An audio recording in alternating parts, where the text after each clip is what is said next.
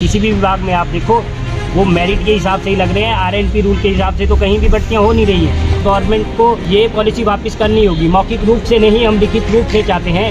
ये आज जो ये विरोध प्रदर्शन जो है वो किया गया है, क्या वजह है और किसको जो है ज्ञापन आपकी तरफ से दिया गया है? जी, मेरा नाम रोहित रमन टेक्टा है। मैं संयुक्त प्रशिक्षित अध्यापक संघ हिमाचल प्रदेश का उपाध्यक्ष हूँ और मेरे साथ जो मेरे साथी हैं, ये सचिव है हमारे जगदीश परियाल जी, और जो हमारे मेंबर्स हैं और भी मोर्चा के, तो वो हमारे साथ जुड़े हैं। आज हमने डीसी साहब के माध्यम से एक मेमोरेंडम माननीय मुख्यमंत्री हिमाचल प्रदेश को दिया है।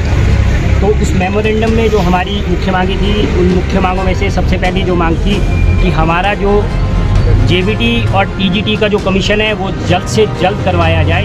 इवन की रिक्विजिशन भी गई है। ईएम साहब का कहना है, कल उन्होंने प्रेस वार्ता में भी ये कहा है कि रिक्विजिशन गई है पब्लिक सर्विस कमीशन को, क्योंकि राज्य चयन आयोग का गठन अभी तक नहीं हुआ। एसएससी को भंग करने के बाद अभी 14 मंथ हो चुके हैं, अभी तक राज्य चयन आयोग बन के तैयार नहीं हुआ है। इसीलिए पीएससी के माध्यम से ही शायद हमारा कमीशन होगा, और हम चाहते हैं कि ये कमीशन कोड ऑफ कंडक्ट से पहले।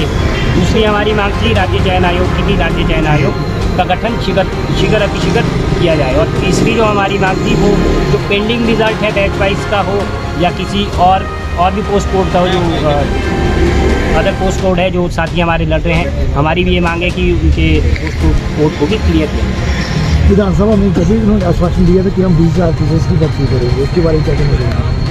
देखिए, वैसे तो पिछले 1 साल से ही प्रदेश सरकार कह रही है कि हमने 21,000 भर्तियाँ की है, 21,000 नौकरियाँ दी है। अब 21,000 नौकरियों में प्रदेश का 9 लाख युवा लगा ही नहीं है। कहाँ है वो 21,000 नौकरियाँ? स्थायी नौकरियाँ वो कह रहे थे कि स्थायी नौकरी हम देंगे।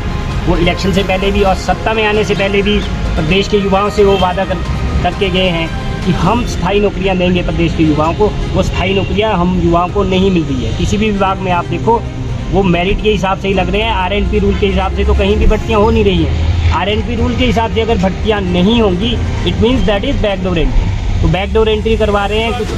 अब ये कह नहीं सकते हैं, पर शिक्षा विभाग में हम होने नहीं देंगे। अदर विभाग में हो रहे हैं, बहुत सारे विभाग में हो रहे हैं। खैर, वो हमारे चर्चा का विषय नहीं है। हमारे चर्चा का विषय रहेगा शिक्षा विभाग। शिक्षा विभाग में हम बैकडोर एंट्रीज नहीं होने देंगे। इसीलिए गेस्ट टीचर पॉलिसी को लेकर हमारा सीधा सा पहले से ही प्रमुखता और प्रथमता के साथ हमने ये कहा है कि हम इस पॉलिसी को रोल बैक करवाएंगे और गवर्नमेंट को ये पॉलिसी वापस करनी होगी। मौखिक रूप से नहीं, हम लिखित रूप से चाहते हैं ये पॉलिसी रोल बैक हो।